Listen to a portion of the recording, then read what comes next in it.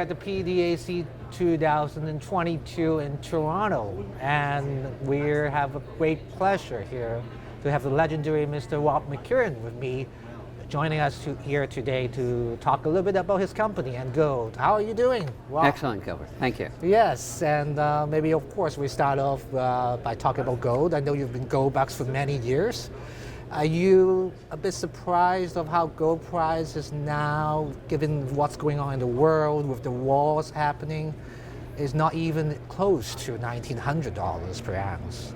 Well, it's a little closer than it was a few years ago, but no, it is surprising with all the turmoil going on, but I think it's temporary, and that we're seeing crypto falling off and the speculative market just coming off.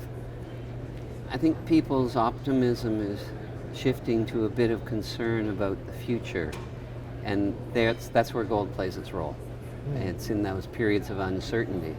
Yeah, you mentioned about crypto.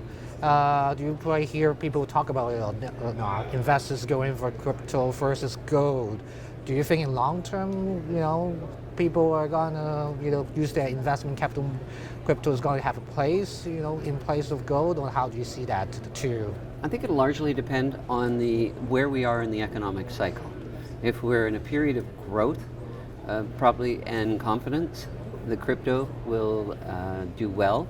It's served a very good purpose of being able to move money digitally, whereas gold doesn't have that. I mean, you want to move gold across the border, you're not going to load your suitcase with bars because someone's going to pick it up. Sure. But you have the same risk in crypto. I think, though, if we're moving into a slower economic cycle, part of the cycle, you'll see gold start appreciating. Sure. So let's talk a bit more about your company, McEwen Mining. Maybe you can give us a high-level overview about what your company does for some of the audience who are new to your story. Happy to. We have 4 operating areas. We're in Canada, the United States, Mexico, and Argentina.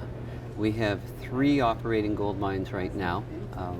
One up in Timmins, which is in a very good area for gold, long history of producing lots of gold.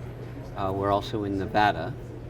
And then in Argentina, we have a joint venture where we own a 49% interest in a silver gold mine called San Jose. Our Fox operation in Timmins is performing on target. Our gold bar operation is not. It's encountered some carbonaceous ore, and we have to work through that. And our Argentinian operation that's operated by our partners is going as well. They had a bit of a hiccup because of COVID, and so production was down, costs were up as a consequence. And then we also have a large copper deposit that we're in the process of putting into a separate company. So let's talk a bit more about Argentina. And I heard some good things happening from the industry, saying the mining environment is improving recently. So what's your comments on that place? Argentina seems to be taking a more positive stance to mining. Both the federal and the provincial governments in the mining provinces, at least, are talking up mining and the benefits of it for their citizens. It's also benefiting from the geopolitical uncertainty that's occurring in Chile and Peru, where their governments have gone very far to the left, talking about increased taxes and possibilities of nationalization. And they are the 2 largest copper producing area in the world. They account for about 40% of the world's copper annual production. Argentina has improved significantly, say, from 4 years ago, when it was lumped together with DRC and Afghanistan and Eritrea in terms of political risk. I'd like to see them move faster, but it's a positive development. Where we are with the copper project in San Juan, there are a number of large projects there. Glencore has their El Pichon, Lundin has their Filo, and Jose Maria, which Jose Maria just got an environmental permit. So they're serious about promoting mining. They just have to create an express lane to get mining companies into production earlier. It's good to hear. And you talk about copper being one of your assets too that you're going to spin out. So I heard it's quite an exciting project there for you, even though you're always gold and silver. Now you have copper. You That's want right. to talk about more about that copper project then? I'd love to.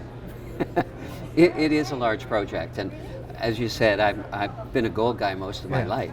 And this copper project, what I've done is, in my mind, converted it into a gold equivalent. So if you were to take the current market price of gold and copper and convert the copper into a gold equivalent, you're looking at a deposit that's bigger than 60 million ounces of gold. And on the preliminary economic assessment, granted it's preliminary, but it had a cost of production that would equate to $500 an ounce. And you're looking at a mine that would be producing just shy of 1 million ounces of gold a year and run for 36 years. So putting it that way, I can see the power of it. It's when you include all its resources, it's 33 billion pounds of copper, a long life asset. It isn't complicated by glaciers because it's at a lower altitude. We just perfected a new access route in because before it was considered remote because you had to go over 2 high mountain passes at 4,200 meters that would be filled with snow in the winter. So we've perfected a new route this year that will, it's much lower altitude, it's much safer, and can afford us year-round access.